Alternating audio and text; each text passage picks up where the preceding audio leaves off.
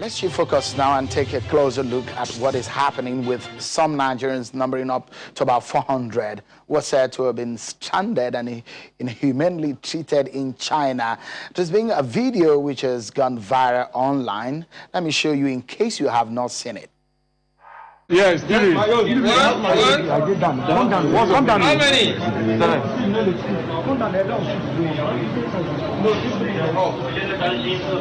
So I have to here. And Wednesday, Friday. Who's the bonner? Who's the bonner? Yeah. 14 days, the first 14 days is acceptable by us. Another 14 days, you didn't communicate to us that you are going to do another 14 days after 14 days. They have tested negative and then they have given them the paper. Why are they giving them another 14 days? That is one. Two, all the police, the documents, this passport belongs to the federal government of Nigeria. In line with international practice, no any country have the right to seize the international passport of another country. Wait! They are not in my hand. I just withdraw it from them. They seize it. I know, you have them. I said they seize it. That was perhaps one of those incidents that happened the other night, a case that has gone online and went viral. But we understand that about 203 persons are on business trip amidst these people, and about 170 others are resident in China, but are now caught in this situation. A recent video has also surfaced online which showed these people being given food by a Nigerian official. Take a look at it now.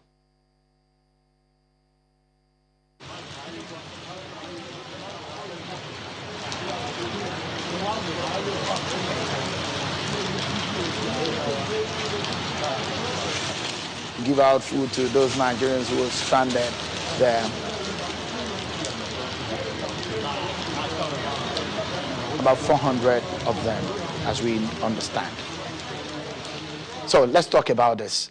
I'm now being joined by the Senate Committee Chair on Diaspora Affairs, Senator Adebola B. Senator, thank you so much for sparing time tonight to speak on these.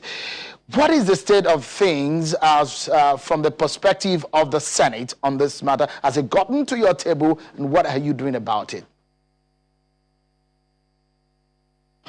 Good evening, Sean. As you see from the penultimate video that you showed, that was a Nigerian official of the Nigerian Commission in China making intervention upon complaint by Nigerians in diaspora in Guangzhou about ill-treatment being meted on them by some Chinese authorities.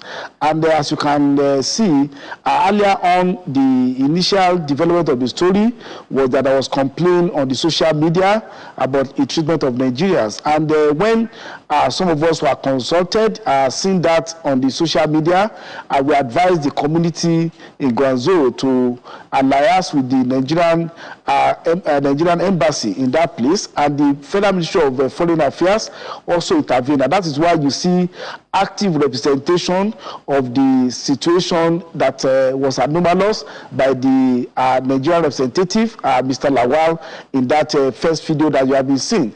And from the report that we got, there appeared to be a misapplication of the requirement of social distancing and quarantine for lockdown, rather than the first initial 14 days, they were being expected, even after they have been able to show that they were not in any way infected after 14 days, expected to stay another 14 days, which was considered to be anomalous. The second issue that has also come to light was even when in isolation that there was insistence of being fed what manner of food the Chinese authority chose to do. But I can tell you that as of this evening, I have video on my phone that show that Nigerian embassy in China has taken it upon itself to provide food for Nigerians in isolation, so that they are not compelled to be forced, to eat food that they are not used to. I think this is a matter of diplomacy between the two countries, and it's not a matter that we can be able to resolve without using the appropriate channel. The Federal Ministry of Foreign Affairs has liaised with the appropriate authority in China. And you can also see that at the level of the National Assembly, the Right Honorable Speaker of the House of Rep had a meeting with the representative of China in this country, where a protest was made as to the maltreatment of Nigerians in those places. So I think the necessary diplomatic effort has been put in place in order to stem the tide and ensure that the rights of Nigerians are protected, irrespective of the fact that they are not in their country. Senator, some of them are asking, what we understand is that there is a need for an urgent evacuation. When do you think that that can happen based on the information that you have?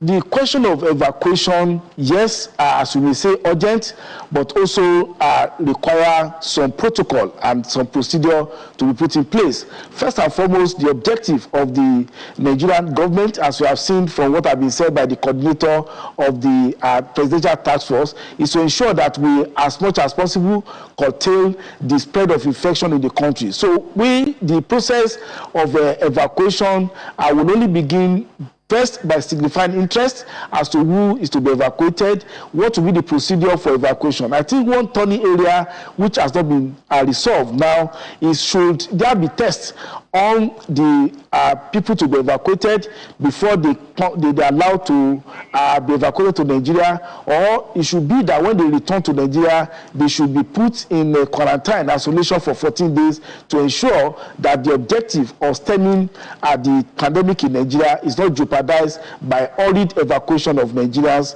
in that regard. And there appear to be a point of divergence between the presidential task force and the handlers of our foreign affairs, whereas the handlers of foreign affairs were insisting that tests should be conducted before evacuation. It will appear that this will be a tall order, because unless you show some symptoms, tests are not being done freely. They are not being done at the whim of an individual. Even in the United Kingdom and United States, there must be some form of intelligence and surveillance that will throw up whether you need to conduct a test or not. So I think the issue of the test possibly may have to be looked into, but then as Nigerians, the Nigerian authority must ensure that those coming in are protected, proper surveillance carried upon them, and they are properly quarantined so that they don't come into the country and lead to a situation whereby we have a serious community infection. And I will give example of the situation of the evacuees from Cote d'Ivoire that went to Osun. You can see that proactively the government in that state, in Osun, were able to get all the people that were coming, put them in a particular place. Tests were conducted on all of them, and I think about 17 of them were found to be positive. 10 of them have been discharged now. So you have to balance between the interest of protecting Nigerians abroad and ensuring that an evacuation that is done in a way that it does not jeopardize the effort at stemming the tide of pandemic in Nigeria. Senator Bashir Adebola, Senate Committee Chair on Diaspora Affairs and the NGOs. Thank you so much for clearing the air and speaking on this matter tonight. Thank you so much indeed. It's my pleasure. So stay safe. Thank you. You too, please. Well, that's our show, but tonight, before we go, it has been some tough cough for some patients at the COVID-19 treatment center in Lagos. Those who may not be able to celebrate Easter with their loved ones, no matter how low-key. But here is something to brighten their day. A popular gospel musician